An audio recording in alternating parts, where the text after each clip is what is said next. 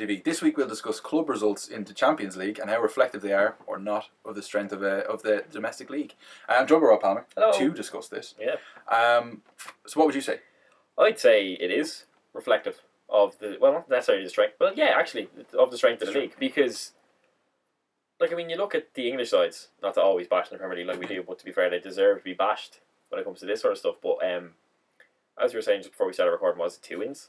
2 wins out of 6 years. This is across the Europa League as well. Yeah, that's unacceptable for the supposed best league in the world. Yeah. And then you look at Spanish sides who have 5 teams in the Champions League this season. 5, which is one more than England. Don't know if you noticed that, but it's more because they're better. And I'm pretty sure a Spanish club, I think only one Spanish club lost out of 5 in the Champions League.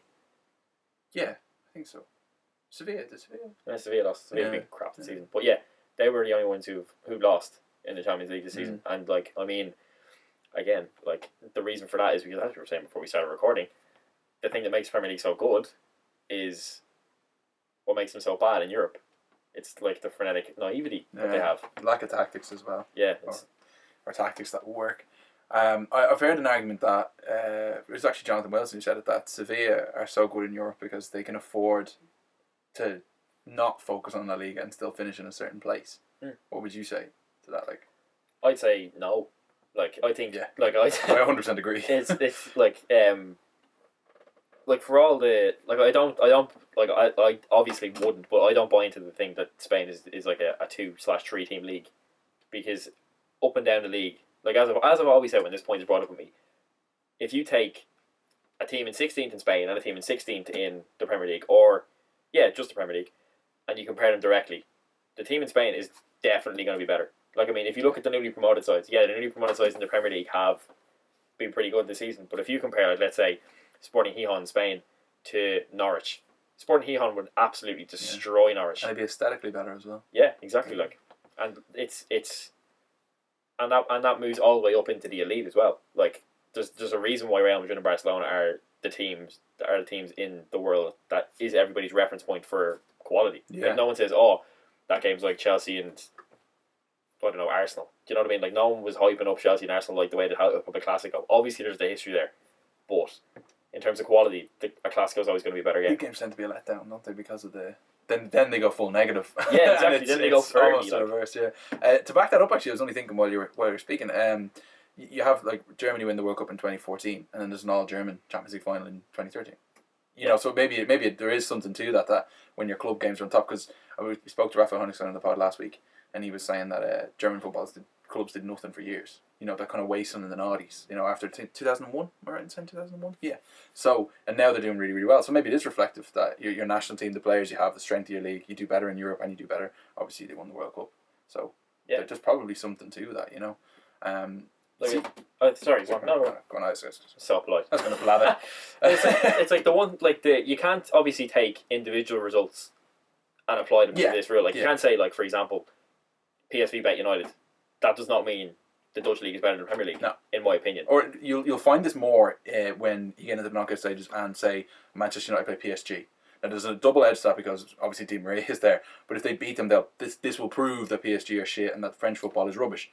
So the knockout stages, you definitely find this. It'd be Serie A against the Premier League or La Liga against Germany. It's not Bayern Munich against Barcelona. Yeah, it's almost like a national sort of. Yeah, it's almost I get what you mean. For some countries, that's true though, because Bayern Munich have a huge. Well, they did actually, not so much anymore. Huge contingent of German speakers, and Barcelona obviously have a lot of Basque players or Basque. I'm saying Catalan players. Sorry, but so maybe it's true in some extent that it's nationalised, but it's kind of you need a large sample size. Yeah, exactly. You need to do this over years and have a look and kind of go, well, the trend since 2012, when Chelsea won the Champions League, is that English clubs have been performing badly in Europe. And the excuse that they don't care about the Europa League doesn't crack it for me. No. Because Jonathan Wilson's justification for this is that Sevilla can go hell for leather at the Europa League, win it, because they've made it their tournament in the 21st century, and they don't have to worry about their place in the Premier League. But that's equally true for Spurs. You couldn't sit with a straight face and tell me that Spurs can go to the final Europa League and get relegated. Yeah, exactly. It's I watch quite a lot of Spurs in Europe because my dad always has a long season Spurs fan. Yeah. And they are even in the Europa League, which is supposed easy to win competition according to English journalists, they're hopeless when they come up against a side who has a bit of tactical flexibility. Yeah, they tend to get so far, then they reach the team.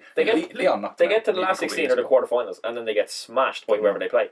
Like it's not an easy competition to win, and it is a brilliant competition to win. Yeah, and I'm going to get really annoyed, and we're going to go off topic. But yeah, it's a lot of fun. No, so yeah, like going into it, I said to you I was 50-50 on this, but I think the more you discuss it, the more it makes sense that on it has to be said on a large sample size. Yeah, you can't just take one group game. Yeah, but on a large sample size, the strength of your league can be said to be reflected in your performances overall. But a large sample size for me would be maybe 4 or 5 years. Oh yeah, because you've got to have a look at how it goes over that time. Yeah, you know, like you can even see Juve were getting better, slowly but surely, throughout the Champions League. You know, so yeah, progression in that. Well, yeah, that's it. Getting better. Yeah, so it kind of helps. But yeah, so I think there's something in that. Then it's not just a kind of an excuse or pointing the finger of blame at the Premier League or anything like that. There is it's like I don't just mean to take, like, I don't mean this is an attack to the Premier League, obviously, but like I'm comparing the league that I love against the league that gets the most fucking praise for being the best in the world. So it has the heaviest propaganda. Yeah, it's like it applies the same if it was comparing Spain and Italy or Spain and anybody else. It would be the exact same. I think as well though, in the recent years we've seen continental sides doing better. I mean, France, it's probably a one-off, and that's totally okay to say. Last season having 2 teams making it through into the knockout stages, which is rare enough, but they're on an upward trajectory. You see Serie A is definitely on an upward trajectory. How sustainable it is one thing, but you're going to have the Milan clubs back next season in one of the European competitions, you'd have to think. To be honest, I think the Premier League, this is the last point I'll make, promise. I think the Premier League money that's come in is actually going to ruin English football in Europe, and it's going to benefit everybody else in Europe. Yeah. So the English clubs will actually get worse in Europe, whereas the likes of Spanish clubs, Italian clubs, German clubs will get better because they're getting unbelievable fees for players who are not worth these fees. Look at the money paid for Baba Rahman, like. What would Augsburg even have done with that money, beforehand? So it is, you're getting loads of money thrown at your lap, but you also keep your head cool, make the right decisions, in terms of recruitment, in terms of tactics, and they are getting better, and that's going to continue as long as the money is there to be thrown around. So that's all I've got to say now. I'll shut up now. Yeah. Promise to shut up. Okay, so that's a wrap. You can leave comments down below and subscribe to Fountain TV. Let us know what you think about this, because this is something I think that we're pretty interested in. We're always looking at collating tables of how countries perform, etc., by group games. So let us know what you think. Are we probably a little bit harsh on the Premier League? I think I was, to be honest with you. The results have been going downhill, to be fair. Yeah. So, but yeah, let us know what you think. Follow us on Twitter at @the final_third. Thanks for watching.